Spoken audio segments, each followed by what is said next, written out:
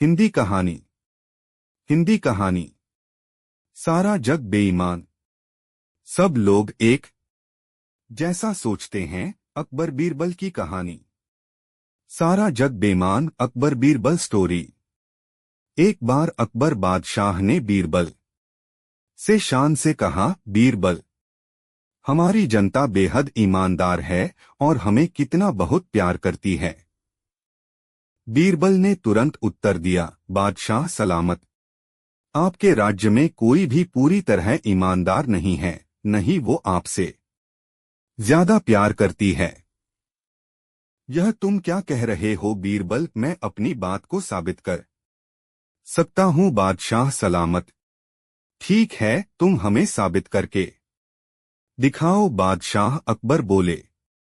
बीरबल ने नगर में ढिंढोरा पिटवा दिया कि बादशाह सलामत एक भोज करने जा रहे हैं। उसके लिए सारी प्रजा से अनुरोध है कि कल सुबह दिन निकलने से पहले हर आदमी एक एक लोटा दूध डाल दे। कड़ाहे रखवा दिए गए हैं, उनमें हर आदमी दूध डाल जाए।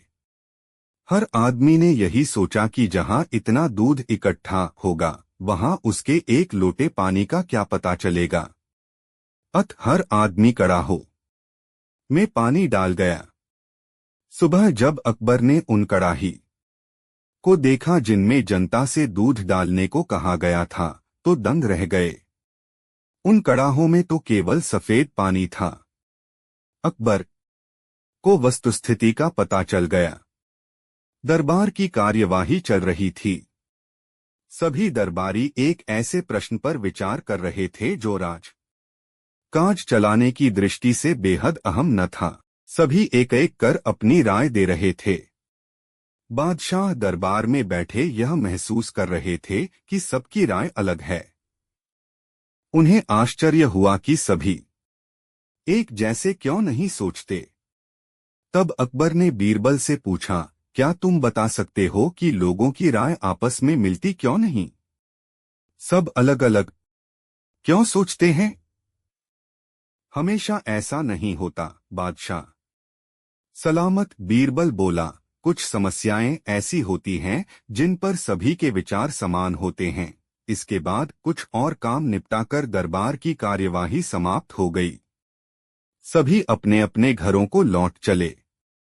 उसी शाम जब बीरबल और अकबर बाग में टहल रहे थे तो बादशाह ने फिर वही राग छेड़ दिया और बीरबल से बहस करने लगे। तब बीरबल बाग के ही एक कोने की ओर उंगली से संकेत करता हुआ बोला, वहां उस पेड़ के निकट एक कुआं है, वहां चलिए। मैं कोशिश करता हूं कि आपको समझा सकूं कि जब कोई समस्या जनता से जुड़ी हो तो सभी एक जैसा ही सोचते हैं। मेरे कहने का मतलब यह है कि बहुत सी ऐसी बातें हैं जिनको लेकर लोगों के विचार एक जैसे होते हैं। अकबर ने कुछ देर कुएं की ओर घूरा, फिर बोले, लेकिन मैं कुछ समझा नहीं। तुम्हारे समझाने का ढंग कुछ अजीब सा है। बादशाह जबकि जानते थे कि बीरबल अपनी बात सिद्ध करने के लिए ऐसे ही प्रयोग करता रहता है।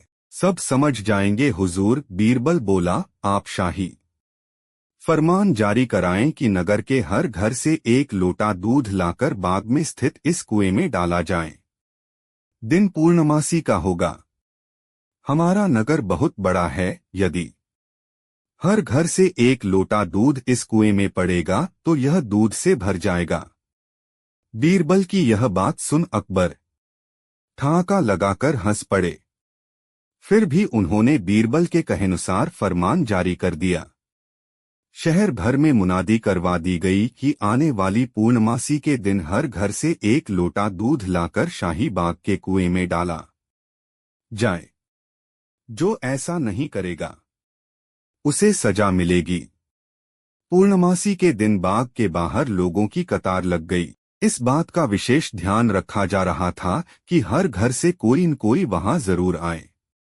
सभी के हाथों में भरे हुए पात्र बर्तन दिखाई दे रहे थे।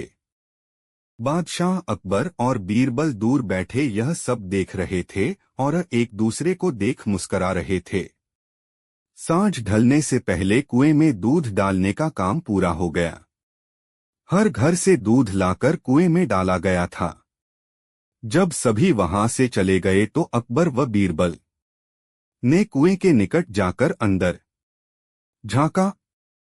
कुआं मुंडेर तक भरा हुआ था, लेकिन यह देख अकबर को बेहद हैरानी हुई कि कुएं में दूध नहीं, पानी भरा हुआ था। दूध का तो कहीं नामो निशान तक न था।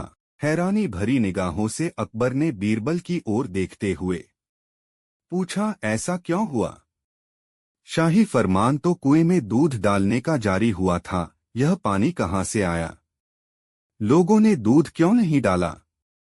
बीरबल एक जोरदार ठहाका लगाता हुआ बोला, यही तो मैं सिद्ध करना चाहता था हुजूर। मैंने कहा था आपसे कि बहुत सी ऐसी बातें होती हैं जिस पर लोग एक जैसा सोचते हैं, और यह भी एक ऐसा ही मौका था। लोग कीमती दूध बर्बाद करने को तैयार न थे।